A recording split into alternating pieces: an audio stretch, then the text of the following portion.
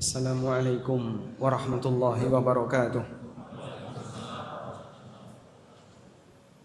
Alhamdulillahi rabbil alamin. Wassalatu wassalamu ala ashrafil mursalin Nabiyyina wa maulana Muhammadin wa ala alihi wa sahbihi ajma'in. Wa ashhadu an la ilaha illallah wahdahu la syarika lah. Wa ashhadu anna Muhammadan abduhu wa rasuluh sallallahu alaihi wa ala alihi wa sahbihi wa man tabi'al huda ila yaumiddin.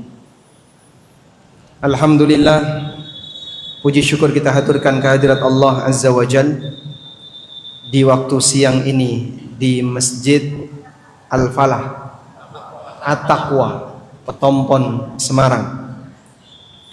Allah kumpulkan kita dalam rangka untuk belajar bersama. Semoga Allah jadikan forum ini sebagai forum yang barokah. Kita mau membaca buku Mata Menata Wanita. Dan buku ini isinya untaian nasihat sederhana untuk kaum hawa. Aslinya adalah sebuah modul yang kami persiapkan untuk sebuah workshop sehari khusus bagi para wanita.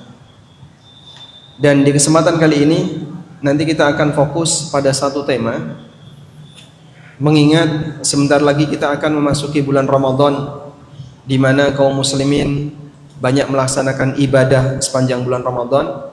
Dan yang akan kita angkat adalah kaidah wanita ketika beribadah. Bagi bapak ibu yang memiliki buku, silakan dibuka mulai halaman yang ke-7. Baik, kita memahami bahwa semua hamba diperintahkan oleh Allah untuk beribadah kepadanya. Allah Ta'ala berfirman, Ya ayyuhan nasu u'budu rabbakumul ladzi khalaqakum. Wahai manusia, u'budu rabbakumul ladzi khalaqakum. Beribadahlah kalian kepada Rabb yang telah menciptakan kalian. Dan tugas beribadah sampai mati. Allah Ta'ala mengatakan, Wa'bud rabbaka hatta ya'tiyakal yaqin. Sembahlah Rabbmu sampai datang kepadamu kematian. Dan Allah Subhanahu wa taala jadikan ini sebagai bagian dari tujuan Allah menciptakan manusia dan jin. Wa ma khalaqtul jinna wal insa illa liya'budun. Kita baca isi dari buku.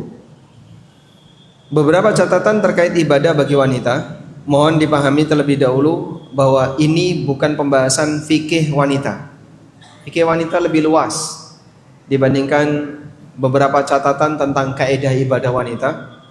Karena di sini kami hanya menyampaikan beberapa poin yang perlu dipahami berkaitan dengan kaidah wanita dalam beribadah. Pertama, wanita mendapat perintah ibadah sebagaimana lelaki, karena semua manusia diciptakan oleh Allah dengan tujuan untuk beribadah kepadanya. Ada 3 ayat dalam Al-Quran yang bisa kita jadikan sebagai kesimpulan tentang tujuan Allah menciptakan alam semesta berikut isinya. Yang pertama, Allah ciptakan langit dan bumi dengan tujuan agar isinya mengenal siapa penciptanya. Saya ulangi ya. Allah menciptakan langit dan bumi berikut isinya dengan tujuan agar para hamba mengenal siapa penciptanya. Sebagaimana yang Allah tegaskan di surat At-Talaq ayat yang terakhir, ayat 12. Allahul ladzi khalaqa sab'a samawatin wa minal ardi mithlahun yatanazzalul amru bainahun lita'lamu annallaha ala kulli syai'in qadir wa annallaha qad ahata bikulli syai'in ilma. Allahul ladzi khalaqa sab'a samawatin wa minal ardi mithlahun. Allah lah yang menciptakan 7 lapis langit, wa minal ardi mithlahun, dan bumi yang semisal dengan langit. Semisal dalam apa? Semisal dalam apa? Allah sebut Allah menciptakan bumi mithlahunna, semisal dengan langit. Semisal dalam apa? Apakah dalam ukuran? Tidak mungkin. Langit lebih luas daripada bumi. Sehingga semisal di sini semisal dalam jumlah lapisan. Allah menciptakan langit sebanyak 7 lapis. Wa minal ardi mithlahun, dan juga bumi yang semisal dengan langit, yaitu bumi ada 7 lapis. Yatanazzalul amru bainahun, terjadi kejadian, ada kejadian di antara langit dan bumi. Itulah semua peristiwa yang ada di alam ini berikut ketetapan Allah yang berlaku di alam ini. Lita'lamu annallaha ala kulli syai'in qadir, agar kalian tahu bahwasanya Allah Maha Kuasa atas segala sesuatu. Wa annallaha qad ahata bikulli syai'in ilma, dan agar kalian tahu bahwa ilmu Allah meliputi segala sesuatu. Sehingga ketika Allah menjelaskan Allah menciptakan langit bumi berikut isinya, tujuannya adalah agar kalian tahu siapa penciptanya. Maka ayat ini menjelaskan tujuan kita diciptakan adalah untuk mengenali siapa? Allah Ta'ala. Yang kedua, tujuan manusia diciptakan dan berikut jin adalah untuk beribadah kepadanya. Sebagaimana di surat Az-Zariyat ayat 56. Wa ma khalaqtul jinna wal insa illa liya'budun. Tidaklah aku ciptakan jin dan manusia kecuali agar mereka beribadah kepadaku. Dah? Yang ketiga, tujuan Allah ciptakan alam semesta adalah agar mereka beribadah kepada Allah sebaik mungkin. Sebagaimana yang Allah Subhanahu wa taala firmankan dalam Al-Qur'an, "Alladzi khalaqal mauta wal hayata liyabluwakum ayyukum ahsanu amala." Dialah yang menciptakan kematian dan kehidupan untuk menguji siapa di antara kalian yang paling baik amalnya. Baik. Dari sini kita bisa menyimpulkan bahwa Allah menciptakan alam berikut isinya ada 3 tujuan. 1, agar makhluk mengenal siapa sang pencipta.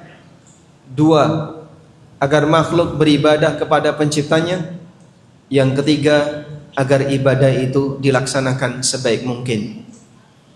Untuk tujuan pertama dan kedua, ini mewakili syahadat la ilaha illallah. Untuk tujuan yang ketiga, itulah representasi dari syahadat Muhammad Rasulullah. Baik. Ada yang bisa mengulang apa tujuan Allah menciptakan alam semesta berikut isinya? Fadhal. 1.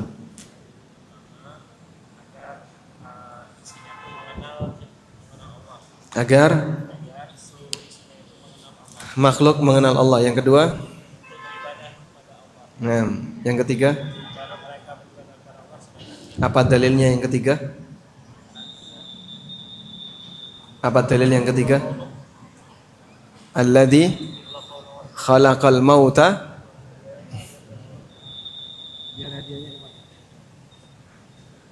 Baik. Alladzi khalaqal mauta wal haya. Dialah yang menciptakan kematian dan kehidupan. Liyabluwakum ayyukum ahsanu amala, untuk menguji siapa di antara kalian yang paling baik amalnya. Tayyib. Selanjutnya,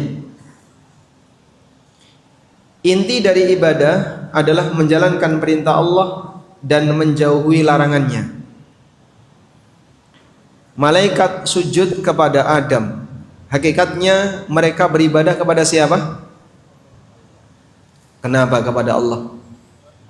Karena yang memerintahkan Allah.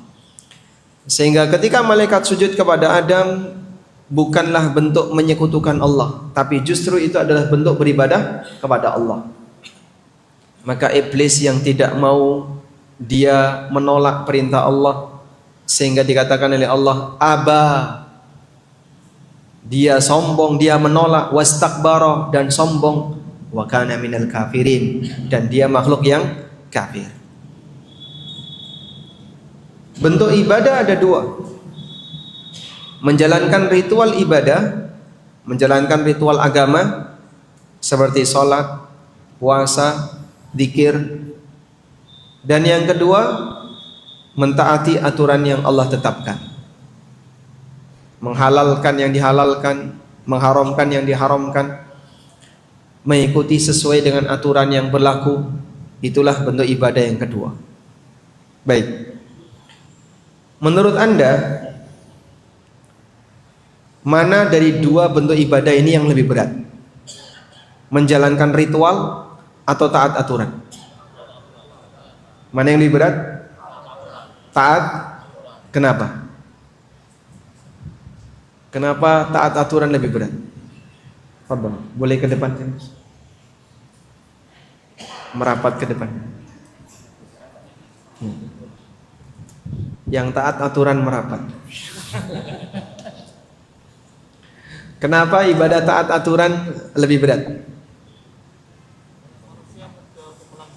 Karena manusia mudah untuk melanggar. Karena terbukti banyak yang melanggar. Sehingga kita bisa lihat betapa banyak kaum muslimin yang mereka melanggar aturan Allah, walaupun bisa jadi dia rajin sholat, walaupun bisa jadi dia rajin puasa. Sehingga banyak mereka yang gagal ibadah taat aturan meskipun dia sukses ibadah secara ritual. Sehingga kalau ada orang yang bertanya, kok ada Pak ya rajin sholat tapi koruptor? Rajin sholat itu ibadah ritual, korupsinya itu dia melanggar ibadah taat aturan. Sebagaimana pula ada ibu-ibu yang rajin tahlilan, sholawatan, yasinan, tapi nggak jilbaban. Ada Pak? Dia mungkin menjalani ibadah ritual, tapi dia gagal ibadah taat aturan. Sehingga bahkan mohon maaf ya, ada yang meramu ibadah ritual dengan kemaksiatan. Sehingga peringatan Isra Mi'raj, tapi yang diundang biduan, terus joget bersama. Masya Allah. Dalam praktek yang dia lakukan, loh, kita akan memuliakan Nabi SAW. Berzikir, berdoa, masa zikir dan doa dilarang? Sehingga saat mereka dilarang seperti itu, yang dijadikan sebagai tameng ibadah yang sifatnya ritual. Padahal di saat yang sama dia melanggar aturan. Maka di sini perlu kita tegaskan, ibadah ritual menjadi tidak ada artinya jika orangnya tidak taat aturan. Ditulis Pak. Saya sebut ini doktrin, tapi doktrin ini sejalan dengan banyak hadis Nabi SAW. Ibadah ritual menjadi tidak ada artinya ketika orangnya tidak taat aturan. Iblis itu dulu rajin ibadah ritual. Sebelum dia diusir oleh Allah, hingga dia membersamai para malaikat. Siang sebelumnya dia adalah seorang makhluk yang rajin ibadah ritual. Tapi karena dia tidak taat aturan, apakah iblis mendapatkan manfaat dari rajinnya dia di masa silam ketika dia ibadah ritual? Gak ada nilainya. Dianulir semuanya. Gak ada ampun untuk iblis. Sehingga Allah Subhanahu wa taala tidak memberikan ampunan disebabkan karena kamu dulu rajin rajin ibadah ritual, sekarang sebagian dosamu diampuni. Tidak ada ceritanya. Gembong maksiat ini dinyatakan oleh Allah Subhanahu wa taala sebagai hamba yang kekal di neraka. Baik. Di antara dalil yang lain, puasa itu ibadah ritual. Tapi ketika orang berpuasa dalam posisi dia banyak maksiat, melanggar aturan, maka ibadah puasanya enggak ada harganya. Rasulullah sallallahu alaihi wasallam pernah bersabda, "Rubba sha'imin hadduhu min siyamihi al-ju' wal 'atas." Betapa banyak orang yang berpuasa, tapi yang dia dapatkan dari puasanya hanya lapar dan haus. Kemana pahalanya? Hilang. Apa sebabnya? Karena yang bersangkutan ketika puasa rajin maksiat. Sehingga ibadah ritual nggak ada nilainya ketika yang bersangkutan tidak taat aturan. Nabi SAW juga bersabda, "Man lam yada' qaula zur wal 'amala bihi fala hajata lillah min ayyada'a ta'amahu wa syarabah." Siapa yang tidak bisa meninggalkan ucapan dusta dan amalan yang buruk, maka Allah tidak butuh ketika dia meninggalkan makan minumnya, alias Allah tidak butuh puasanya. Sehingga kaum muslimin yang kami hormati, waspadalah dengan yang namanya aturan. Karena kalau orang itu melanggar aturan walaupun dia rajin melakukan ibadah ritual bisa jadi nggak ada nilainya. Rasulullah SAW menyebutkan orang yang haji tapi pakai harta haram. Orang yang haji dengan harta haram ini, dia datang sambil membaca talbiyah, labbaik Allahumma labbaik, lalu dibalas oleh Allah Ta'ala dalam hadis itu, la labbaika wa la sa'daik, nggak ada labbaik untuk kamu. Ibarat tamu tapi ditolak oleh tuan rumah. Haji sebagai tamu Allah, tapi yang bersangkutan ditolak oleh Allah Ta'ala. Maluka malul haram, karena kau datang dengan harta yang haram. Faji'ta biwizrin, kau datang dengan membawa dosa, dan dia pulang bawa dosa. Maka ada orang yang selesai Ramadan dosanya belum diampuni. Doa apa yang diberikan Nabi SAW? Doa apa yang diberikan Nabi SAW? Raghma anfu, celakalah. Jibril berdoa diaminkan oleh Rasulullah SAW dengan 3 doa. Salah satunya, raghma anfu rajulin dakhala alaihi Ramadan thumman salakha minhu walam yughfar lahu. Celakalah orang yang ketemu bulan Ramadan, sampai Ramadan selesai dosanya belum diampuni.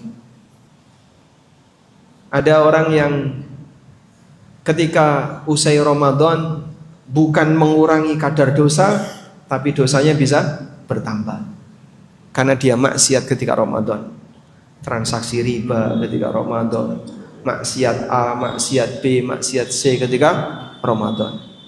Dan bahkan riba itu semarak ketika Ramadan dalam praktek tukar uang receh menjelang Lebaran.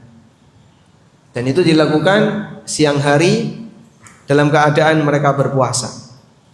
Tapi Pak, mereka kan tidak tahu Pak. Sekarang kita kasih tahu agar seperti ini tidak terulang. Baik, biar memberi kesempatan yang baru datang, silakan ini merapat lagi. Silakan merapat lagi. Sebelah kanan saya masih longgar. Ini juga ya, yang merasa depannya longgar, tafassahu fil majalis. Berikan kelonggaran di majelis.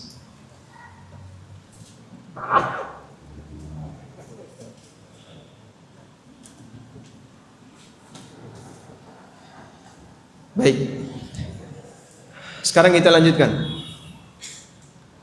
Pesan, perintah dan larangan ibadah ada dalam penjelasan Al-Quran dan hadis Nabi Sallallahu Alaihi Wasallam. Karena itu setiap orang berkewajiban untuk belajar agar dia bisa mengenali tugas apa saja sebagai seorang hamba. Pesan seseorang atau pesan itu ada dalam Al-Quran dan Sunnah, maka manusia diwajibkan untuk belajar agar dia bisa mengenali tugas apa yang harus dia lakukan sebagai hamba. Allah Ta'ala berfirman, utlu ma uhiya ilaika minal kitab wa aqimis salah. Bacalah kitab yang telah diwahyukan kepadamu dan tegakkanlah salat. Allah juga berfirman, wa anzalna ilaika dzikra litubayyana lin-nasi ma nuzila ilaihim. Kami telah turunkan kepadamu Al-Qur'an agar kau menjelaskan kepada umat manusia. Maka kita diperintahkan untuk belajar membaca Al-Qur'an, membaca hadis Nabi SAW agar kita tahu di mana kewajiban kita sebagai hamba. Dalam hadis yang sahih Nabi SAW bersabda, talabul ilmi faridatun ala kulli muslim. Belajar ilmu agama adalah kewajiban bagi setiap muslim. Maka setiap muslim wajib belajar untuk bisa mengenali apa saja tugas dan kewajiban dia sebagai hamba Allah. Sangat jelas. Karena itu, ketika kita belajar, hakikatnya kita ibadah atau tidak, Pak? Ketika kita belajar, hakikatnya kita beribadah atau tidak? Itu kelompok apaan, Pak ya? Kok kemana-mana kajian? Di sini kajian, di sini kajian, di sini kajian. Kapan ibadahnya? Isinya kok cuman kajian. Pernah dengar komentar seperti itu? Ada orang yang berkomentar, itu yang sering di At-Taqwa itu kelompok apa, Pak? Kok di sini kajian, habis itu pindah lagi kemana, kajian lagi, pindah lagi, kok kajian lagi, kajian.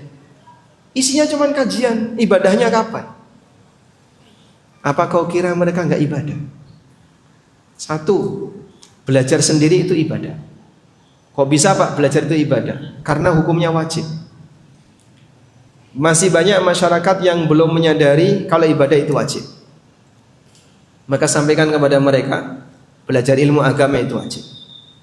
Yang kedua, mereka yang belajar ilmu agama dalam rangka untuk berkomitmen melaksanakan aturan Allah, berarti dia menjalankan ibadah yang bentuknya taat aturan, dan banyak orang yang gagal untuk ibadah jenis ini.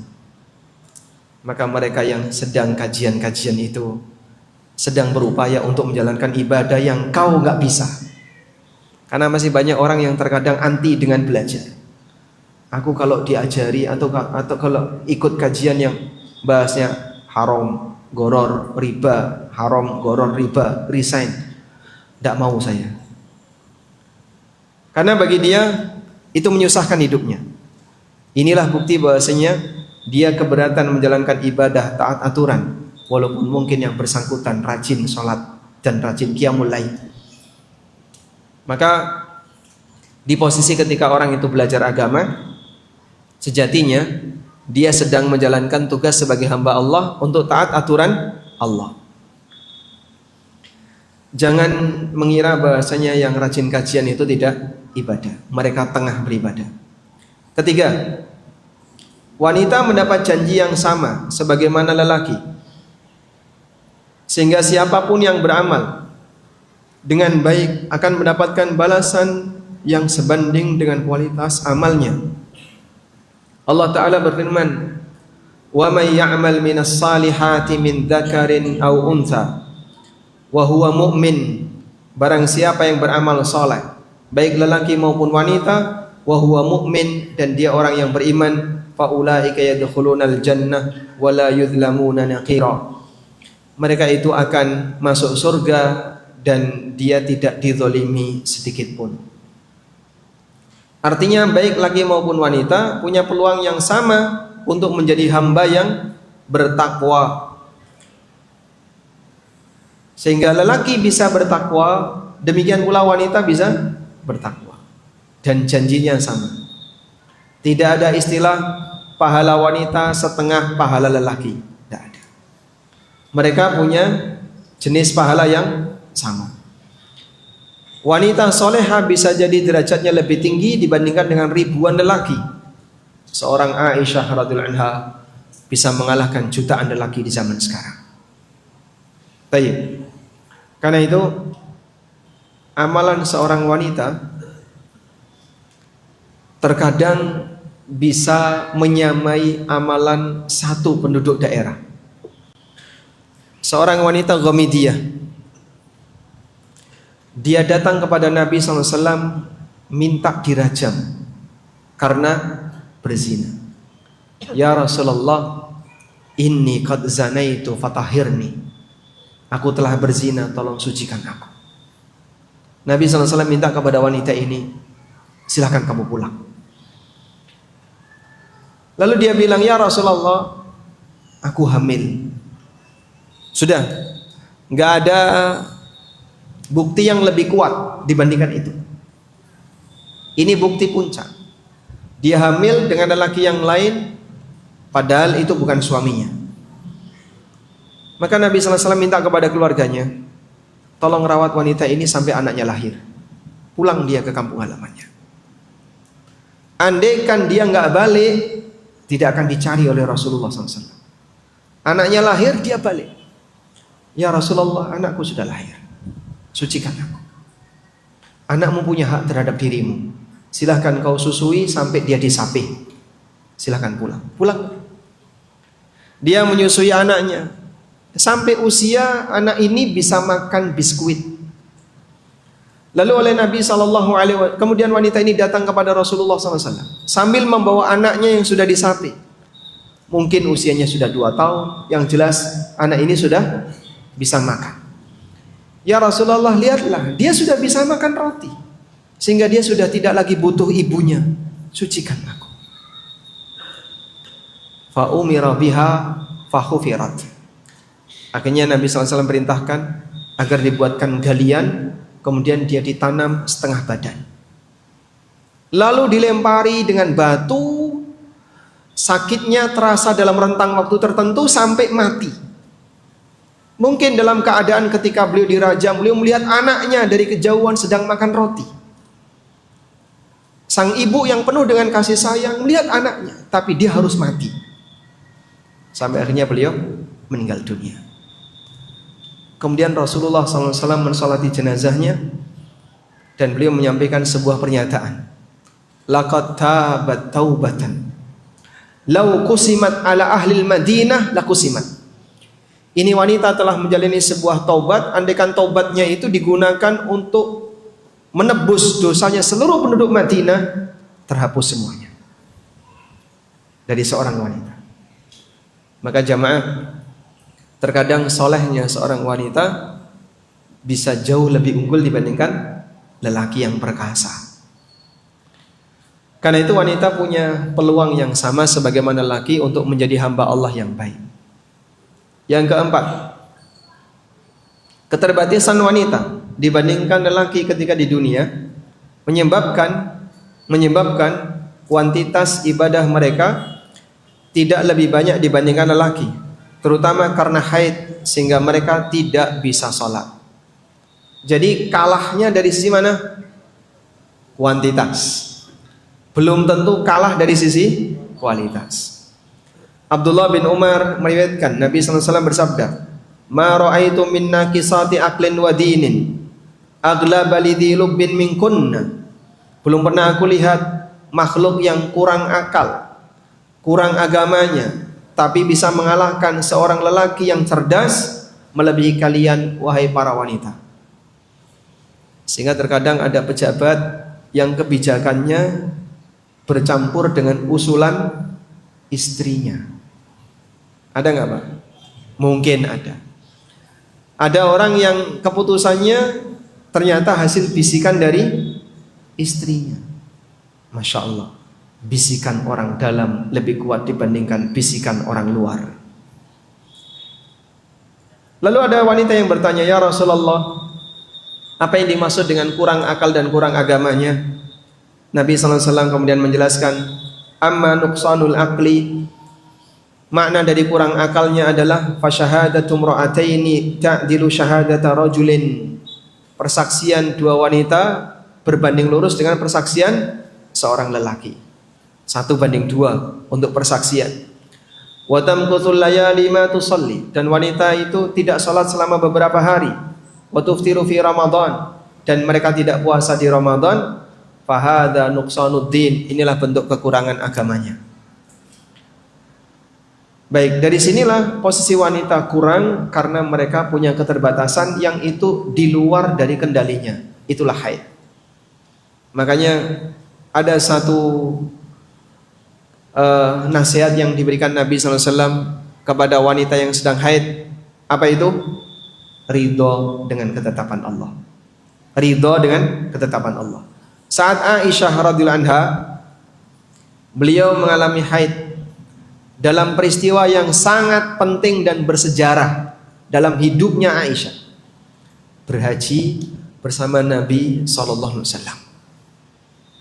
Ternyata di daerah Sarif, tinggal pelintangan sampai Mekah, Pak. Sangat dekat dengan kota Mekah. Wanita ini Aisyah mengalami haid, nangis. Nabi SAW kemudian menenangkan Aisyah dengan mengatakan, "Hada syai'un qad katabahu Allahu ala banati Adam." Haid itu adalah sesuatu yang telah ditetapkan oleh Allah untuk seluruh putri Adam. Tujuannya apa? Agar Aisyah lebih ridho. Kamu nggak usah kecewa dengan haid yang kau alami saat kau berada di bulan Ramadan, dengan haid yang kau alami saat kau berada di musim haji atau ketika umrah. Semua mengalami yang sama. Dan ridho ini bisa jadi termasuk amal hati yang nilainya besar. Ridho kepada ketetapan Allah bagian dari amal hati yang nilainya besar. Maka para ummahat, para ibu-ibu, saat Anda bulan Ramadan dan pas bertepatan dengan tanggal haid, pilih mana? Biarkan normal atau minum obat pencegah haid? Lebih baik yang mana? Biarkan normal. Tapi Pak, nanti kan tidak bisa tadarus, tidak bisa ini. Tenang. Kau tidak kehilangan kesempatan untuk ibadah. Kau masih bisa beribadah yang boleh dilakukan oleh wanita haid walaupun tidak bisa puasa dan tidak bisa sholat. Dan ridho yang kau miliki saat mengalami haid, karena ini adalah ketetapan Allah, bisa jadi nilai pahalanya besar. Karena ridho dengan ketetapan Allah. Karena itu saya kasih nasihat di buku ya, di halaman 11. Di posisi ketika wanita kurang ibadahnya, hendaknya dia berusaha menjalankan ibadah dengan berkualitas. Wanita boleh saja kalah jumlah, kalah kuantitas, tapi usahakan jangan kalah kuantitas. Saya ulangi ya, wanita boleh saja kalah dalam kuantitas, tapi jangan sampai kalah kualitas. Jumlahnya mungkin kalah, tapi nilainya jangan sampai kalah. Sehingga mumpung tidak haid, ngegas. Maksudnya gimana Pak? Jalankan ibadah dengan penuh kualitas. Nasihat yang kedua, upayakan saat haid tetap melakukan ibadah yang boleh dilakukan dalam kondisi haid. Tetap jalani ibadah yang boleh dilakukan ketika haid. Contohnya zikir. Contoh yang lain, membaca buku-buku yang bermanfaat, mendengarkan Al-Quran, mendengarkan kajian, dan seterusnya. Sehingga haid bukan waktunya untuk bermalas-malasan. Maka saat suami Anda berangkat ke masjid, berapa menit biasanya seorang lelaki berangkat ke masjid? Tergantung temennya ya. Sehingga suami Anda berangkat ke masjid, misalnya sholat isya dari mulai jam 7 sudah berangkat, pulang jam setengah 8, setengah jam istrinya ngapain? Di rumah Pak, haid, zikir setengah jam. Aku memang tidak bisa sholat, tapi aku gantikan dengan zikir selama rentang ibadah yang dilakukan oleh suami saya ketika berangkat ke masjid. Jadi dia lakukan ibadah pengganti yang diizinkan ketika dia tidak bisa melakukan ibadah yang dilarang ketika haid. Baik. Yang kelima, ibadah ketika haid. Islam tidak melarang umatnya untuk beribadah selama tidak melanggar aturan. Karena setiap manusia dituntut untuk menjalankan ibadah selama hayat masih di kandung badan. Allah berfirman, wa'bud rabbaka hatta ya'tiyakal yaqin. Sembahlah Rabbmu sampai datang kepadamu kematian. Tak terkecuali wanita haid.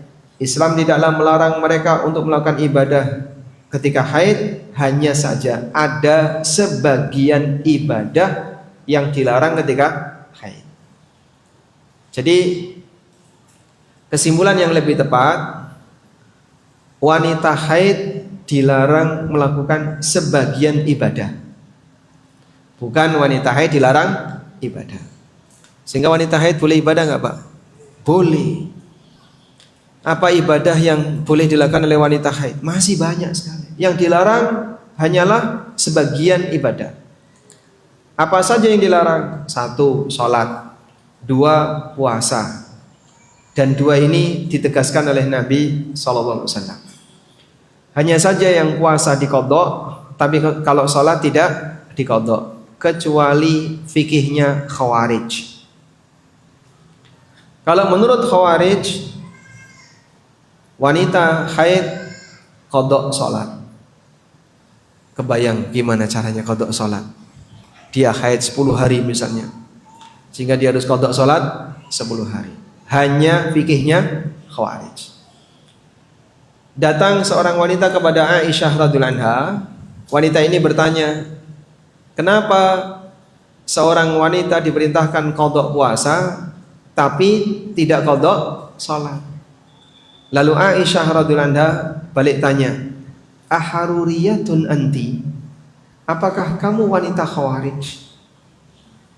Karena di antara pemahaman wanita Khawarij adalah salat yang ditinggalkan wanita haid harus diqadha. Alhamdulillah dalam Islam seperti ini tidak ada. Tapi kalau puasa wajib diqadha. Sampai kapan batas qadha puasa itu? Sebelum masuk Ramadan berikutnya. Jika ada wanita yang sengaja menunda qadha puasa disebabkan udzur haid atau yang lainnya, sampai masuk Ramadan berikutnya padahal dia memungkinkan untuk qadha, maka dia berdosa dan kewajiban qadha-nya tidak hilang. Kadang sebagian wanita ada yang menunda qadha itu sampai bertahun-tahun, sehingga dia punya utang 100 hari, punya utang 200 hari, punya utang sekian ratus hari. Bahaya. Yang punya putri usia SMP, SMA, males qadha puasa, tolong bapaknya mengawali, bapaknya sambil membimbing biar nanti putrinya ini tidak punya utang hingga Ramadan berikutnya. Bila perlu ditemani. Kamu punya qadha berapa? Sekian. Baik, kamu harus kerjakan sebelum masuk Ramadan berikutnya, bapak temani. Sehingga bapaknya ikut puasa ketika putrinya puasa. Istrinya juga sama. Berikutnya tawaf di Ka'bah. Aisyah pernah mengalami haid ketika haji dan beliau diizinkan Nabi SAW. Fafa'ali ma yaf'alul hajj ghayra alla tatufi bil baiti hatta tathuri. Lakukanlah segala sesuatu yang dilakukan oleh jamaah haji selain melakukan tawaf di Ka'bah sampai kau suci.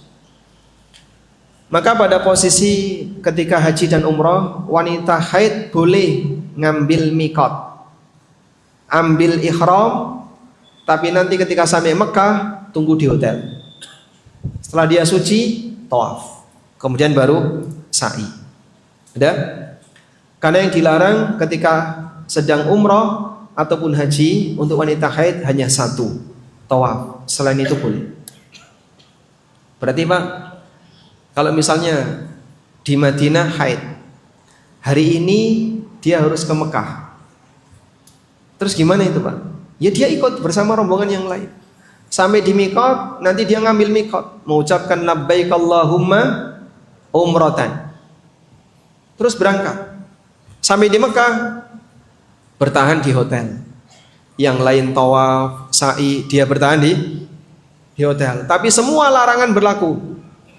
Gak boleh pakai wewangian, gak boleh pakai parfum, tidak boleh berhubungan badan, bercumbu dan seterusnya. Semua larangan itu berlaku. Boleh mandi tanpa sabun wangi, boleh ganti baju, tapi tidak boleh yang wangi. Larangan ihram berlaku sampai dia tahallul. Sudah? Jika misalnya sampai kepulangan ternyata belum suci, apa yang harus dilakukan? Dalam kondisi ini terpaksa dia tawaf dalam keadaan haid. Karena tidak mungkin dia nunggu rombongannya pulang ditinggal sendirian kan? Tidak mungkin. Maka terpaksa dia boleh tawaf dalam kondisi haid. Sehingga nanti ketika dia tawaf, pastikan tidak ada darah yang menetes keluar, walaupun dia dalam kondisi haid, boleh. Dan itu pengecualian dalam kondisi ketika darurat. Selanjutnya, menyentuh mushaf. Orang yang hadas besar tidak boleh menyentuh mushaf. Dan ini pendapat jumhur ulama. Kemudian i'tikaf. Wanita haid tidak boleh i'tikaf. Demikian pendapat mayoritas ulama dari mazhab Malikiyah, Syafi'iyah dan Hambali. Sementara mazhab Hanafi menyatakan bahwa i'tikaf wanita haid tidak sah karena Hanafiyah mensyaratkan dalam i'tikaf harus dalam keadaan puasa di siang hari. Sementara wanita haid tidak boleh puasa. Pendapat yang berbeda dalam hal ini adalah pendapat mazhab Dzahiriyah. Mereka membolehkan wanita haid i'tikaf, apalagi hanya sebatas hadir dalam forum kajian yang tidak sampai i'tikaf. Ini pendapat siapa? Dzahiriyah. Banyak sekali pertanyaan. Ibu-ibu yang lagi haid boleh nggak Pak ikut kajian masuk masjid? Kalau pakai mazhab Dzahiriyah boleh, dan ini pendapatnya Al-Muzani, salah satu di antara muridnya Imam Asy-Syafi'i, dan beberapa ulama kontemporer belakangan mereka lebih jalan dengan pendapat ini. Tapi kalau i'tikaf tidak boleh, karena kegiatan dalam masjid itu ada 3. Satu, sebatas lewat. Orang yang berhadas besar maupun kecil boleh hanya sebatas lewat. Allah Ta'ala mengatakan wala junuban illa abiri sabilin hatta taghtasilu. Orang junub tidak boleh berada di dalam masjid illa abiri sabilin, kecuali hanya lewat, hatta taghtasilu, sampai kalian mandi. Kemudian yang kedua, berada di dalam masjid dalam waktu yang lebih lama tapi tidak sampai i'tikaf. Ini ulama beda pendapat antara yang membolehkan dan melarang. Jumhur melarang dan sebagian ulama membolehkan. Yang ketiga, i'tikaf. Ini lebih parah daripada yang kedua, dan ini hukumnya dilarang. Untuk itu wallahu alam, untuk yang kasus pertengahan tadi, yaitu berdiam di masjid namun tidak i'tikaf, seperti untuk kajian, rapat PKK. Ibu-ibu PKK rapatnya di mana? Di balai RW, bukan di masjid. Dan seterusnya. Boleh nggak Pak dalam posisi haid? Wallahu alam, kalau menggunakan pendapat yang membolehkan kajian di masjid, hukumnya boleh. Dan berikutnya adalah hubungan badan. Selain keenam ibadah di atas, masih banyak amalan ibadah yang bisa dilakukan wanita haid. Di antaranya membaca Al-Quran tanpa menyentuh lembaran mushaf. Pendapat yang lebih kuat boleh. Terus gimana Pak caranya nggak menyentuh? Ya hafalan. Ya belum hafal ya Pak. Yang dibaca surat Ali Imran. Berarti suruh suaminya yang membukain. Orangnya ngilang Pak Ustaz. Istrinya baca Quran, suaminya mancing.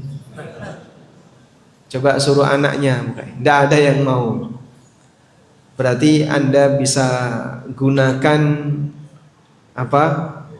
kayu, utik, terus diutik. Kalau pakai sarung tangan Pak, tidak boleh. Karena sarung tangan ini tetap dinilai sebagai sentuhan.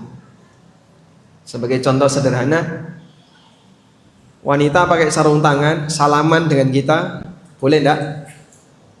Dengan yang bukan mahram, tidak boleh. Kan sudah pakai sarung tangan, meskipun karena sarung tangan ini tabi, wattabi'u tabi, yang ikuti hanya turunan, sehingga tidak diperhitungkan. Boleh menyentuh ponsel atau tablet yang ada konten Qur'annya, karena benda semacam ini tidak dihukumi Al-Quran. Bagi wanita haid yang ingin tetap menjaga rutinitas membaca Al-Quran, sementara tidak memiliki hafalan, dia bisa menggunakan bantuan alat komputer atau tablet, sehingga mouse-nya yang bergerak. Yang dia sentuh apa? Mouse. Maka kursornya nanti memindahkan teks Quran. Alhamdulillah, teknologi memudahkan orang untuk menjalankan ibadah. Yang ketiga, berzikir dan berdoa, baik terkait waktu tertentu seperti doa setelah adzan, doa selesai makan, dan seterusnya. Atau zikir mutlak, misalnya membaca kalimat-kalimat thayyibah. Semua ini bisa dilakukan oleh para wanita, dan ulama sepakat wanita haid atau orang yang junub boleh membaca zikir. Sehingga tidak ada istilah kalau haid malah tidur mager. Anda punya kesempatan untuk banyak dermimil zikir. Yang kelima, belajar ilmu agama seperti membaca buku Islam, sekalipun di sana ada kutipan Al-Quran. Makanya para ulama membolehkan wanita haid menyentuh kitab tafsir. Sebab kitab tafsir itu bukan Quran, tapi karya manusia. Yang keenam, mendengarkan ceramah atau bacaan Quran. Yang ketujuh, sedekah. Yang kedelapan, menyampaikan kajian. Dan mengutip ayat jika tujuannya bukan dalam rangka tilawah, tidak terhitung membaca Al-Quran. Saya ulangi ya. Mengutip ayat, tapi kalau tujuannya bukan untuk tilawah, maka tidak terhitung membaca Al-Quran. Tapi statusnya apa tadi? Berdalil, istidlal. Makanya Nabi SAW ketika mengutip ayat, beliau tidak mengucapkan a'udzubillahi minasyaitonirrajim, karena tujuannya istidlal, berdalil. Baik. Membaca Al-Quran ada 3 tujuan: tilawah, istidlal, ruqyah, dan masing-masing punya aturan yang berbeda. Kalau tujuannya untuk tilawah, maka dianjurkan untuk punya wudu, menghadap kiblat. Lalu aturan tajwid diperhatikan, panjang pendek, idgham, gunnah, ikhfa, dan seterusnya. Kalau istidlal lebih longgar, tidak harus punya wudu, tidak diawali dengan ta'awud, dan tidak berlaku hukum tajwid. Allah berfirman, ya ayyuhalladzina amanu kutiba alaikumusiyam kama kutiba alal ladzina min qablikum la'allakum tattaqun. Nah, di situ mungkin tajwidnya tidak diikuti. Ustaz, kurang panjang itu, mat arid li sukun. Ya, ini kan tujuannya untuk berdalil, bukan tilawah. Tapi kalau tilawah, Allah perintahkan warattilil Qur'ana tartila. Selanjutnya catatan yang keenam. Pada asalnya tata cara ibadah wanita sama sebagaimana tata cara ibadah lelaki, kecuali jika ada dalil yang menjelaskan perbedaannya, baik terkait cara sholat, puasa, manasik haji maupun umroh. Ketika Nabi SAW diutus untuk semua manusia, karena Nabi Muhammad SAW diutus untuk semua manusia, beliau mengajarkan tata cara ibadah berlaku untuk semuanya. Qul ya ayuhan nas inni rasulullahi ilaikum jami'an. Kaidah tilawahnya tidak digunakan. Itu gunnah Pak Ustaz. Qul ya ayyuhan nasu inni rasulullahi. Itu tilawah. Kalau berdalil tidak harus seperti itu. Paham ya? Maka kenapa dalam ceramah kutipan bacaan Quran kok tidak dibaca sebagaimana layaknya jadi imam? Karena fungsinya istidlal, berdalil. Paham ya? Justru ketika ceramah, cara bacanya kayak tadi. A'udzubillahi minasyaitonirrajim. Qul ya ayyuhan nasu inni rasulullah. Anda akan merasa kok aneh. Khutbah Jumat seperti itu aneh nggak Pak? Hah? Bagi sebagian masjid rasanya aneh. Karena tadi tujuannya apa? istidlal, berdalil. Baik, dan Nabi SAW juga ngasih kaidah, innaman nisa'u syaqaiqur rijal. Wanita itu saudara kandung lelaki, maksudnya dalam hukum. Sehingga apa yang berlaku bagi lelaki, aturan itu juga berlaku bagi wanita, kecuali jika ada dalil yang membedakan. Makanya kalau muncul pertanyaan, Pak, yang benar sujudnya wanita itu tangan digabungkan ataukah tangan direnggangkan? Kalau sholat sendirian atau imam ya. Kalau laki-laki jadi imam, kanan kirinya kan tidak ada orang. Yang benar tangannya digabungkan atau tangan direnggangkan? Yang benar sama seperti lelaki. Loh kan wanita itu harus tersembunyi, Pak. Ya sholatnya di dalam, bukan di tengah terminal.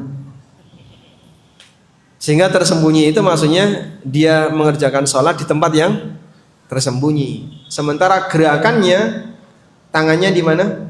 Sebagaimana yang berlaku bagi laki-laki. Takbiratul ihram wanita, angkat tangannya begini, tangannya digabungkan di tengah, di depan dada, atau di samping, sejajar dengan pundak atau telinga. Di mana? Di samping. Sehingga dia takbiratul ihram sejajar dengan pundak atau sejajar dengan telinga, bukan digabungkan. Kalau digabungkan nutupi wajah. Allah. Digabungkan sejajar telinga. Jadinya tangannya di mana? Nutupi wajah. Allah. Kenapa? Karena yang berlaku bagi laki-laki sama juga yang berlaku bagi wanita. Artinya aturan agama yang berlaku bagi lelaki pada asalnya juga berlaku bagi wanita. Nabi SAW mengungkapkan sebagaimana layaknya saudara kandung wanita, saudara kandungnya laki-laki, karena mereka punya aturan dan hak yang sama dalam syariat, kecuali jika ada dalil yang membedakannya. Sehingga Bapak tulis kaidah ini ya. Yang bawa buku ditulis, kasih catatan. Membedakan yang sama adalah kezaliman, sebagaimana menyamakan yang beda juga kezaliman. Membedakan yang sama dan menyamakan yang beda adalah kezaliman. Bagaimana prinsip keadilan? Yang sama disamakan, yang beda dibedakan. Baik. Contoh, anak perempuan dapat warisan setengah anak laki-laki. Podo-podo anak kok dibedane toh, Pak? Lanang karo wedok kan podo-podo anak. Nah terus piye? Nah kudune warisannya podo. Anak perempuan, anak laki-laki warisannya sama. Karena sama-sama anak. Memang sama-sama anak, tapi jenis kelaminnya beda. Dan Allah mengatakan walaysad dzakaru kal untha. Lelaki tidak sama dengan wanita. Ada bagian aturan yang dibedakan. Maka menyamakan yang beda kezaliman, membedakan yang sama kezaliman. Adil adalah menyamakan yang sama, membedakan yang beda. Sehingga hibah itu sama, semua anak sama. Maka membedakan hibah dolim. Kalau warisan dibedakan, sehingga menyamakan jatah warisan dolim. Itu kaidah. Sebab Al-Quran hanya memerintahkan yang adil. Innallaha ya'muru bil adli wal ihsan wa ita'i dzil qurba wa yanha 'anil fahsya'i wal munkar. Allah hanya perintahkan yang adil-adil saja. Maka tidak ada dalam Al-Quran syariat yang statusnya kezaliman. Zalim itu terbit dari manusia. Sehingga Allah menyatakan wa mallahu bidzallamin lil abid. Allah tidak mendolimi hambanya di dua tempat. Allah tidak mendolimi dari sisi aturan syariatnya. Syariat Allah tidak ada yang dolim. Dan takdir Allah tidak ada yang dolim. Allah tidak mendolimi hambanya Dari sisi syariat Allah tidak ada yang zalim dan takdir Allah tidak ada yang zalim. Jadi kira-kira kalau rakyat disuruh taat sama pemerintah, zalim atau tidak? Zalim atau tidak? Kenapa tidak? Ya ayyuhalladzina amanu atti'ullaha wa atti'ur rasul wa ulil amri minkum. Berarti taat kepada ulil amri itu zalim enggak? Ini syariat apa ini? Zalim. Harusnya gimana? Pemerintah taat sama rakyat. Masya Allah. Jadi apa negaranya? Maka semua perintah Al-Quran tidak ada yang zalim, karena Allah menegaskan Allah tidak pernah mendolimi hambanya. Ketujuh, di antara perbedaan ibadah wanita dengan lelaki adalah tugas wanita lebih terbatas di dalam rumah. Berbeda dengan lelaki yang dominan ibadahnya di luar rumah. Seperti sholat jamaah, Jumatan, jihad di medan perang, menjadi khatib dalam kegiatan berjamaah kaum muslimin. Sehingga lelaki ibadahnya dominan di luar, wanita ibadahnya dominan di dalam.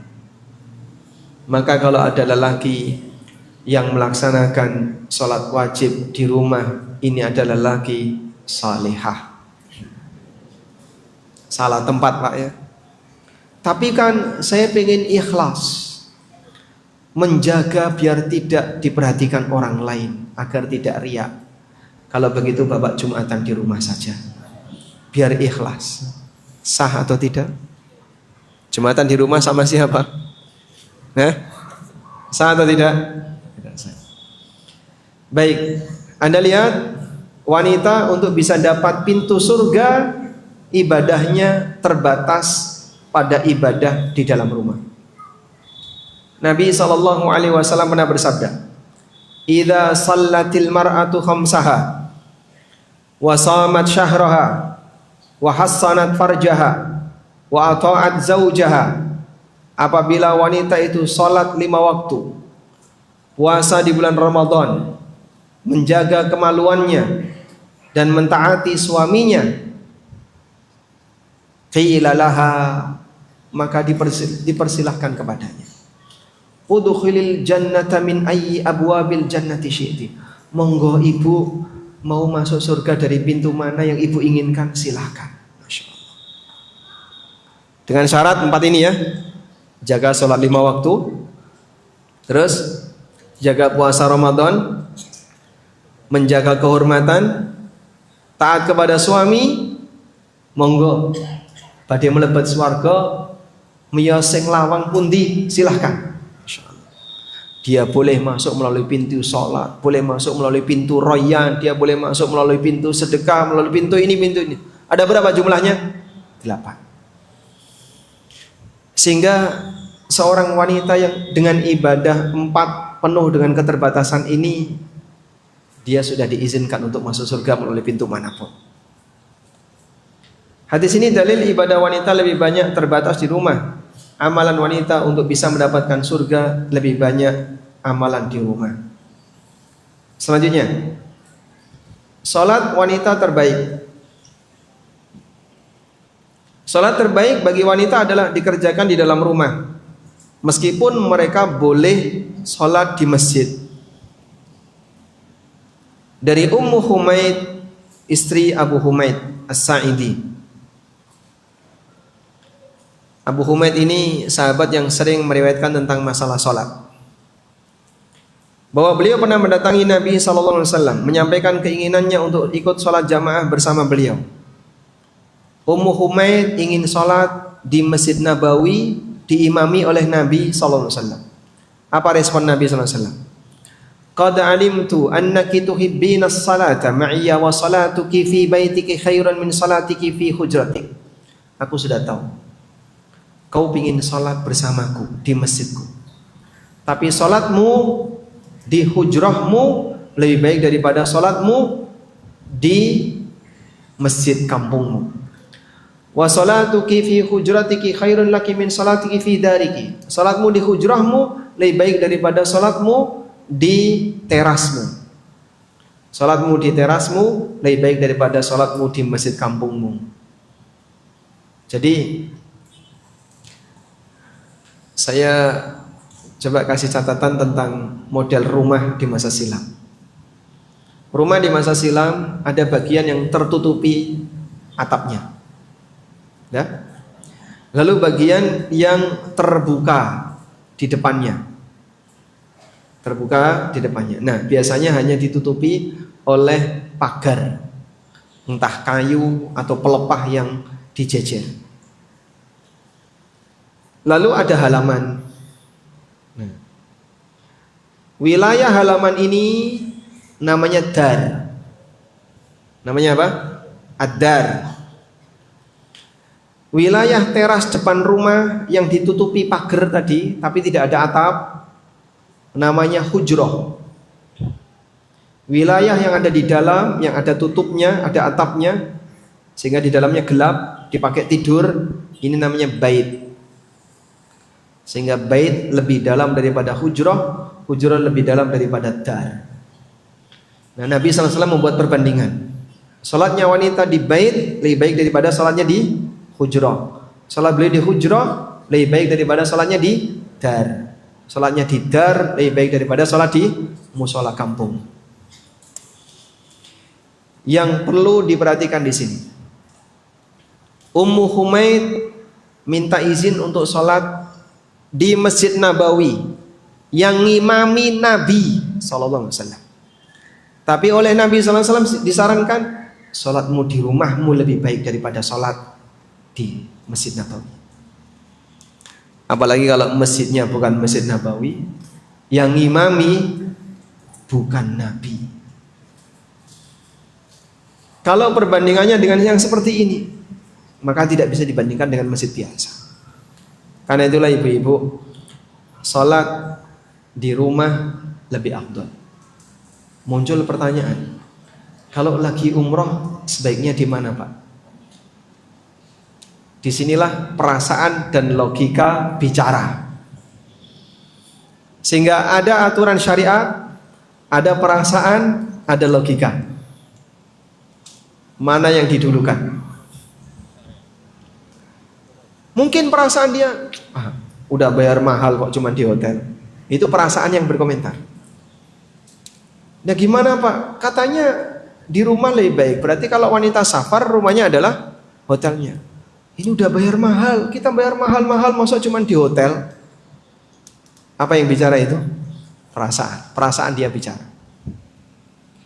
Logika dia bilang, loh di Masjid Nabawi kan dilipatkan 1000 kali, lebih bagus daripada ketika sholat di hotel. Nah, itu logika. Syariat bicara berbeda. Nabimu SAW mengatakan, sholatmu di rumah lebih baik daripada kau sholat di Masjid Nabawi yang imami Nabi SAW. Sekarang yang imami bukan Nabi. Jadi mau pakai perbandingan apa lagi? Karena terkadang orang itu membantah aturan pakai perasaan. Mesak nih ya Pak Ustadz, itu kan anaknya yang ngerawati orang tuanya, kadang dia ikut kerja, bahkan jadi tulang punggung keluarganya. Tiba-tiba bapaknya mati dikasih warisan setengah, anaknya yang lanang ngilang, mulai entuk warisan 2 kali dari adiknya yang perempuan. Padahal sing ngerawati wong tuane anak wedok. Itu perasaan yang bicara. Kebaktian seorang anak bukan dibalas dengan warisan, tapi kebaktian seorang anak dibalas dengan ganjaran. Sehingga jangan membandingkan warisan dengan kebaktian. Maka warisan tidak diukur berdasarkan sejauh mana anak itu berbakti, tapi warisan diukur berdasarkan aturan yang sudah baku. Lanjut. Salat berjamaah di rumah. Wanita boleh salat jamaah di rumah kalau ada beberapa rekan yang bisa diajak, misalnya putrinya, saudarinya, atau tetangganya yang dekat. Selanjutnya yang ke-10, salat dan momong anak. Nabi SAW pernah sholat sambil gendong cucu beliau. Beliau juga pernah sholat dan saat sujud punggungnya ditunggangi Hasan dan Husain. Siapa nama cucu beliau yang digendong ketika beliau sholat? Bukan Husain. Siapa nama cucu beliau yang digendong ketika sholat? Usama, gedenen Usama, Pak. Umamah bintu Zainab bintu Muhammad sallallahu alaihi wasallam. Putri Nabi sallallahu alaihi wasallam yang pertama. Suaminya Abul As. Beliau Umamah ini digendong oleh Rasulullah SAW. Ketika sujud ditaruh, ketika berdiri digendong. Terus seperti itu. Kemudian dalam hadis di atas kita bisa mendapatkan kesimpulan, sholat sambil mengawasi bayi mungkin tingkat khusyuknya tidak maksimal, tapi sholatnya tetap sah. Maka Nabi SAW pernah sholat, tiba-tiba beliau mendengar ada bayi nangis. Terus beliau ngapain? Mempercepat sholatnya. Berarti kan perasaan beliau terpengaruh dengan bayi yang nangis. Apabila yang kedua, apabila bayi memakai diapers, harus dipastikan belum ada najis yang tertampung. Kalau ada najis yang tertampung, tidak boleh digendong. Kenapa, Pak? Ya nanti sama dengan ngantongi najis. Itu sama dengan orang bawa najis dalam botol, ditaruh di bajunya, terus dipakai sholat. Apa hukumnya? Tidak boleh. Sholatnya bisa batal.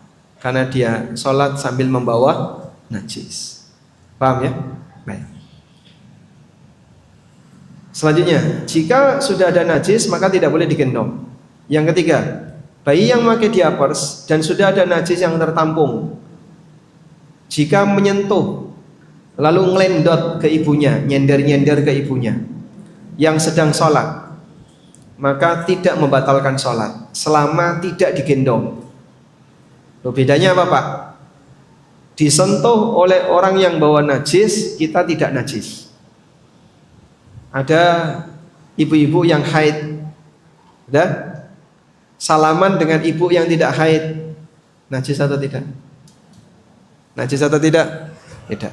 Bayi yang ngompol tapi di diapers, disentuh oleh orang yang mau sholat, perlu cuci tangan enggak? Tidak. Jasad bayi ini suci, tapi dia tidak boleh digendong. Paham insyaallah? Sehingga kalau bapak ibu sholat, bayinya sudah punya najis di diapersnya, dia nyentuh, dia ngelendot, dia mainan, silahkan, tapi jangan digendong. Dibolehkan bergerak ringan ketika mengawasi anak yang sedang sholat selama tidak membelakangi kiblat. Jadi misalnya anaknya mau jatuh atau mau nyolok tangannya ke colokan, bisa kesetrum. Terus bapaknya bergerak, ibunya bergerak, boleh. Selanjutnya ke-11 yang terakhir, ibadah wanita saat ada suami. Pada saat seorang istri sedang membersamai suaminya, baik di rumah maupun di luar kota, ibadah sunnah yang dilakukan oleh istri harus memperhatikan kondisi suaminya. Karena itu, satu, istri tidak boleh sholat sunnah terlalu lama sehingga menelantarkan suaminya. Masya Allah, kayak apa itu? Ini pernah terjadi di zaman Nabi SAW. Abu Sa'id Al-Khudri bercerita, ada seorang wanita yang datang kepada Nabi SAW saat kami bersama beliau. Wanita itu berkata, "Ya Rasulullah, sesungguhnya suamiku Sofwan bin Mu'attal pernah memukulku ketika sholat dan memaksaku berbuka ketika puasa." Mendengar aduan itu, suaminya klarifikasi. Lalu dia datang dan mengatakan, "Ya Rasulullah, amma qauluha yadribuni idza shallaitu." Istriku bilang kalau aku memukulnya, fa innaha taqra'u bi suratain. Karena dia kalau salat sunnah baca 2 surat. Wa qad nahaituku, dan aku sudah larang dia. Lalu Nabi SAW menerima klarifikasi suaminya dan mengatakan, "Lau kanat suratun wahidah lakafatin nas." Andaikan yang dibaca cuma satu surat sudah cukup.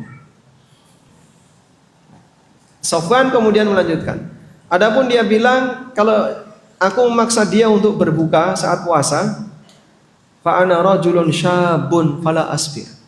Aku ini masih muda dan aku tidak sabar. Sehingga saat istrinya puasa, suaminya melihat istrinya berkilau. Lalu dipaksa untuk berbuka.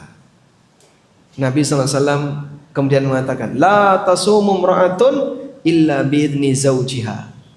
Wanita tidak boleh puasa kecuali dengan izin suaminya.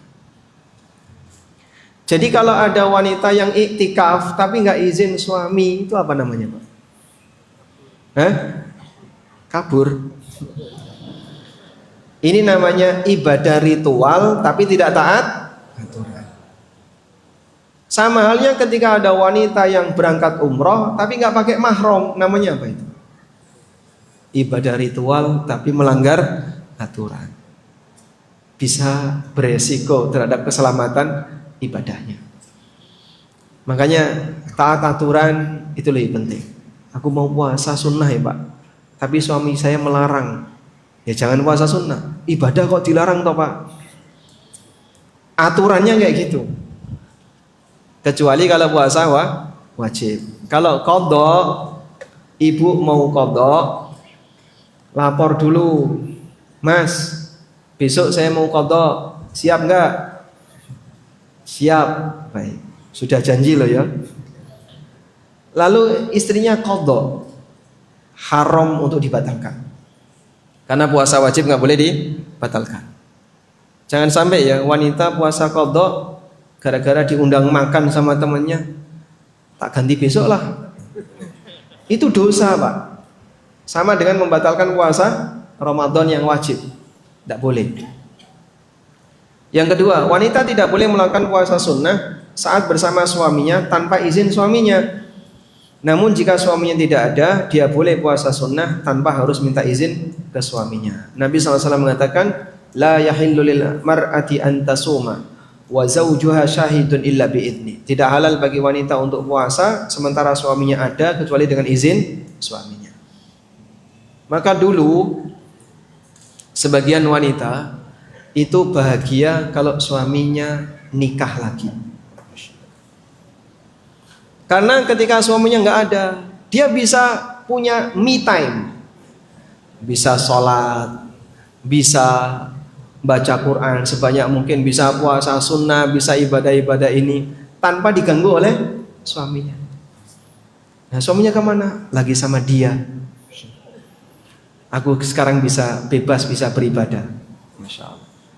Ini sunnah wanita salaf yang hilang. Jadi kira-kira gimana sunnah ini bisa dikembangkan kembali? Setuju? Bapak Yusuf pinten Pak? 70 masih semangat, Masya Allah. Wallahu a'lam. Dah jangan dilanjutkan, itu saja. Walhamdulillahirabbil alamin. Baik, kita punya waktu 15 menit. Ada mikrofon enggak? Selanjutnya panitia tadi memberikan batas sampai 2:30 harus sudah selesai.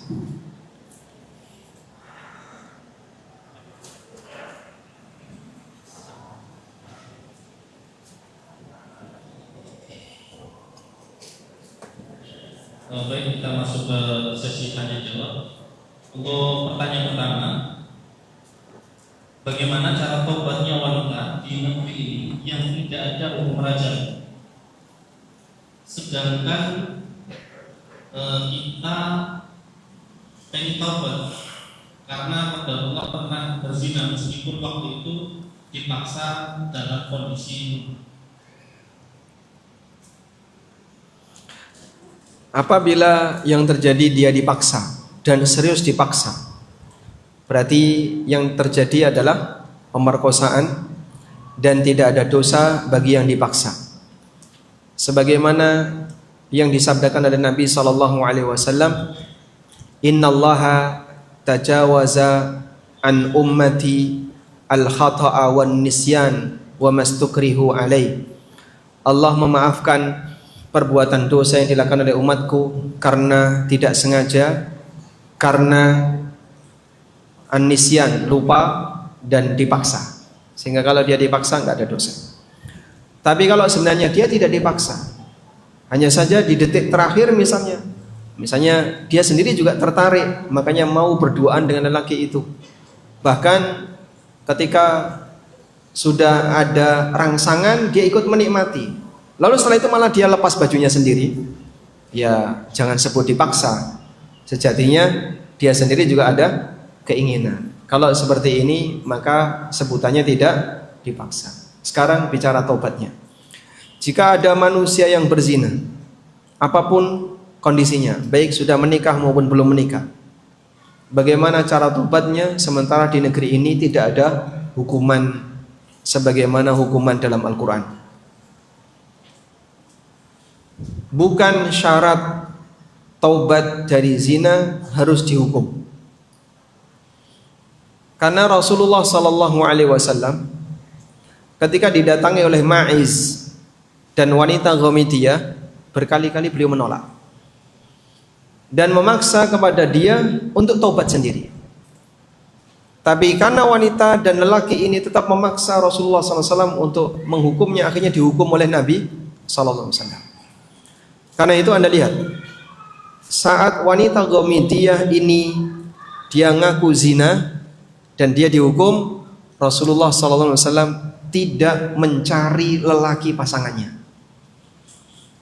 Tidak mencari lelaki pasangannya. Sehingga kalau lelaki pasangannya siapa? Gak mungkin kan zina sendiri. Siapa pasanganmu? Gak ada. Gak dicari. Baik. Artinya kalau dia bertobat dengan sendirinya dan dia mohon ampun kepada Allah, urusan dia dengan Allah. Maka bukan syarat taubat zina harus dihukum. Walaupun hukuman yang diterima oleh seorang hamba yang sudah melakukan dosa, ketika dia dihukum di dunia, maka hukuman ini jadi kafarah baginya. Hukuman ini jadi kafarah baginya. Yang zina dicambuk, cambukan ini jadi kafarah baginya. Zina dirajam, rajaman itu jadi kafarah baginya. Yang ketiga, bagi mereka yang melakukan hal kotor apapun berkaitan dengan kehormatan, jangan pernah diceritakan kepada siapapun sampai mati. Titik. Tapi Pak, nggak usah tapi. Terus gimana? Nggak usah terus gimana? Sudah titik. Saya mau nikah, tapi saya sudah tidak perawan. Apakah saya harus cerita kepada calon suami? Nggak usah. Ya sudahlah, nanti saya ceritakan setelah akad nikah. Apalagi sudah titik sudah. Tapi kalau dia tanya, jangan dijawab. Sampai pada detik terakhir misalnya dia nggak mau, ya sudah. Rasulullah SAW bersabda, "Man fa'ala mithla hadhil qadurat falyastatir bisitrillah." Barang siapa yang melakukan praktek yang kotor seperti ini, hendaknya dia bersembunyi di balik tabir Allah. Sehingga jangan diceritakan.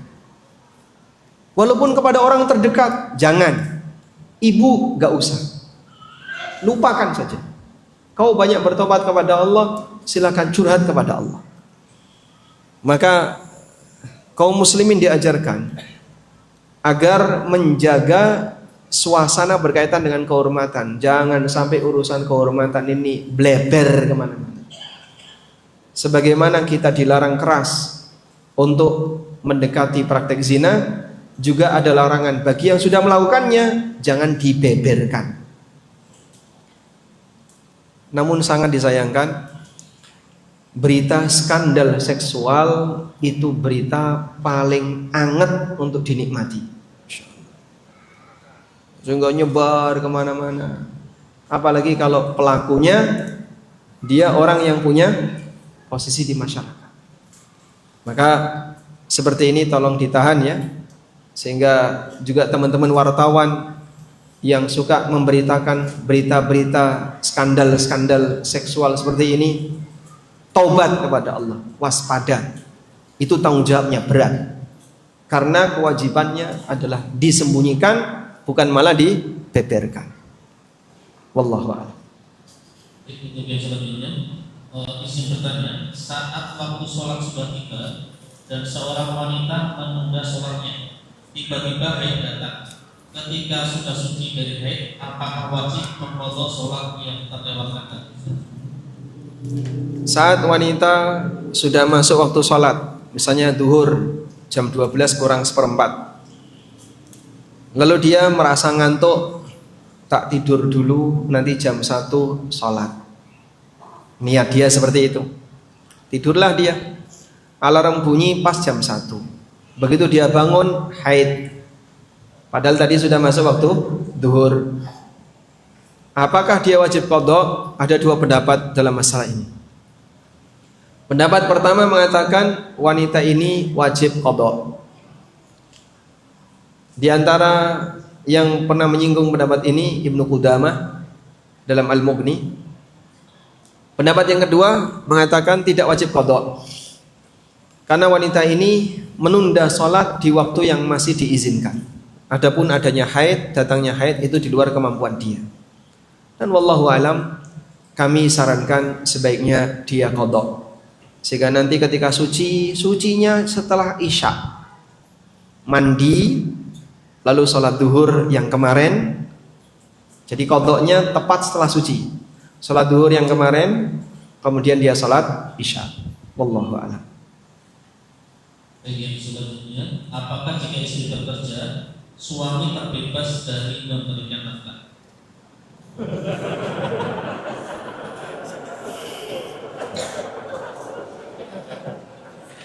Baik, Bapak tarik nafas dulu, Pak. Apakah jika istri bekerja, suami bebas ngasih nafkah? Kewajiban memberi nafkah itu ada 3 sebab. 1, pernikahan. 2, nasab. 3, kepemilikan.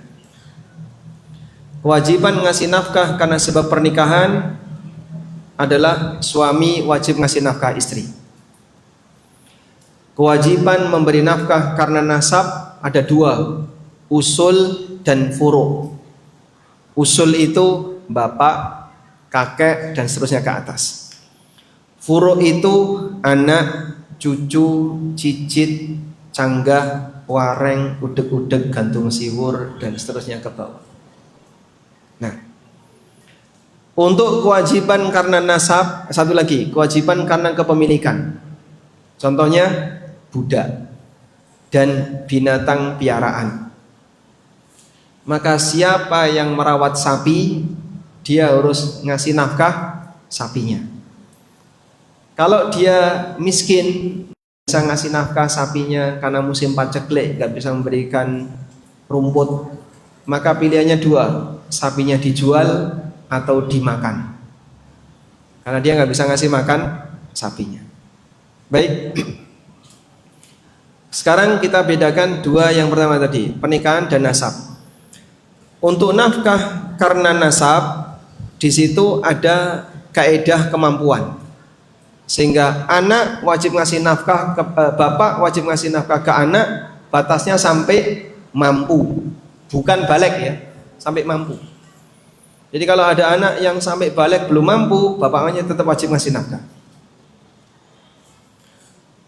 Anak wajib ngasih nafkah ke orang tuanya selama orang tuanya tidak mampu. Kalau orang tuanya masih mampu, bapak pensiunan dan gaji pensiunannya besar, beliau mampu untuk mencukupi kebutuhan pribadi, anak tidak harus ngasih nafkah. Tapi kalau bapaknya nggak mampu, ibunya nggak mampu, anak wajib ngasih nafkah. Udah? Untuk istri, kewajiban suami ngasih nafkah hanya karena 1, karena pernikahan. Baik istri mampu maupun tidak mampu. Maka istri kerja, istri kaya, istri punya banyak warisan yang banyak dan seluruhnya tidak menyebabkan tidak menyebabkan kewajiban nafkah suami ke istri jadi hilang. Karena kewajiban suami ngasih nafkah ke istri latar belakangnya apa? Pernikahan. Paham ya? Karena itu walaupun istri bekerja, suami tetap wajib ngasih nafkah. Walhamdulillah.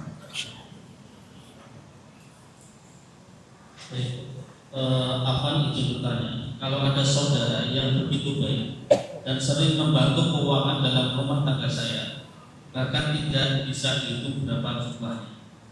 Kemudian yang bersangkutan sedang banyak masalah, kemudian mengungkit pemberian selama ini, bahkan disebarluaskan ke orang-orang sekitar. Saya harus bagaimana, Ustaz? Anda tidak punya kewajiban untuk mengembalikannya. Saudara yang tadi sudah banyak berbuat baik, lalu sekarang dia punya masalah, kemudian dia mengungkit pemberian itu, sebenarnya Anda tidak punya kewajiban untuk mengembalikan. Tapi kalau misalnya Anda ikut membantu dia punya masalah, ini bagian dari membalas kebaikan orang dengan bentuk balasan bagi mereka saat mereka membutuhkan.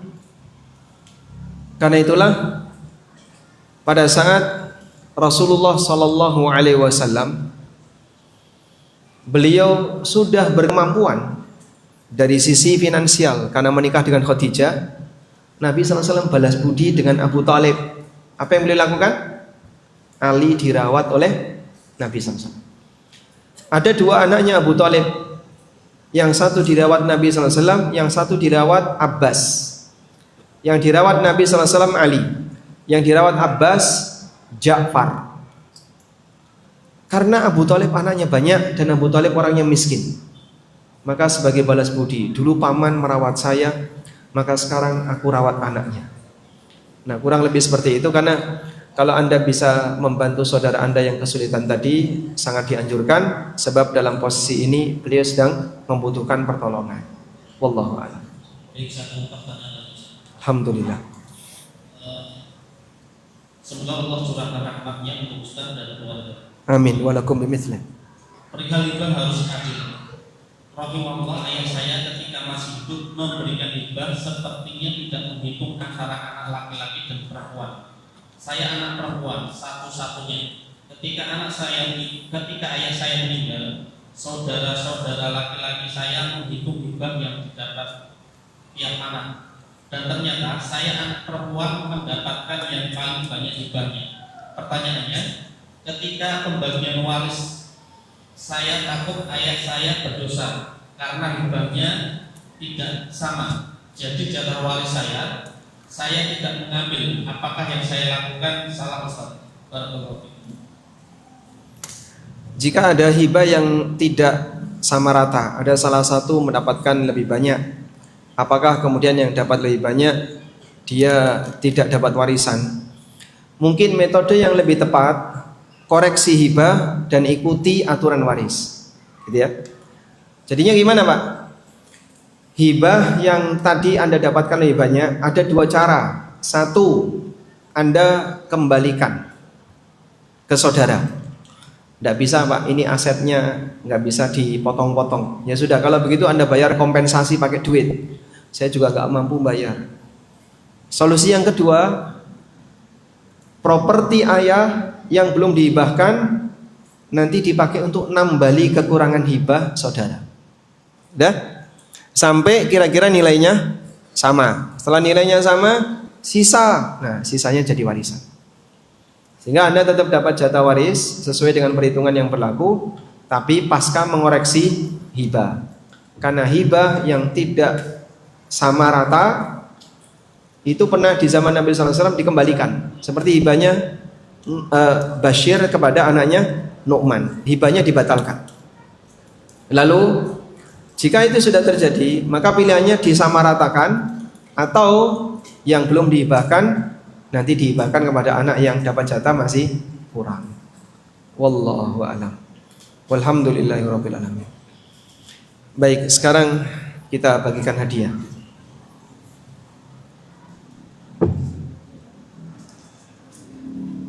yang datang di masjid dari jam 9 pagi? Ada? Selain panitia? Enggak ada. Dari paling jauh, Kendal. Mana lagi? Mana Pak? Pekalongan. Ada yang lebih dari Pekalongan? Mojokerto. Kesini dalam rangka? Kemarin ada acara apa? Masya Allah. Mojokerto, Pekalongan.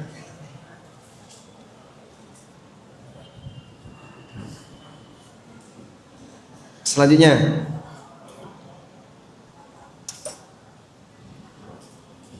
tadi kita jelaskan bahwasanya ada kaidah berkaitan dengan ibadah wanita. Sebutkan 3 saja. Sebutkan 3 kaidah ibadah wanita. Fadhal. 1. Nah.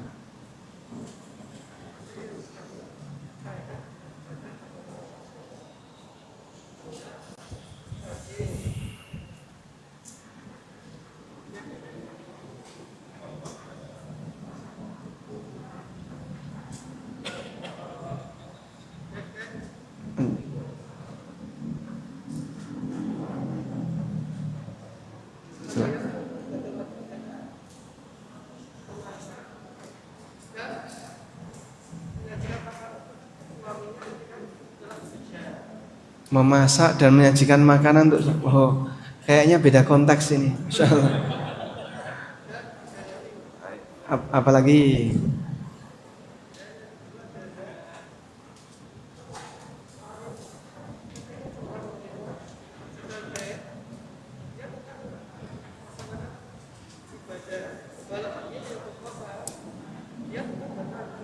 baik, yang ketiga, satu lagi.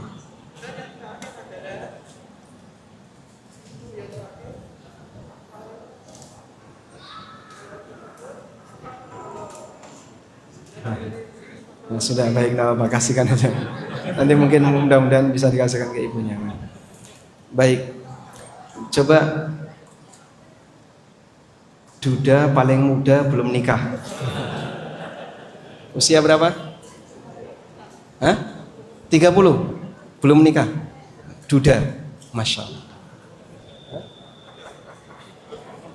Duda, usia berapa? Iya.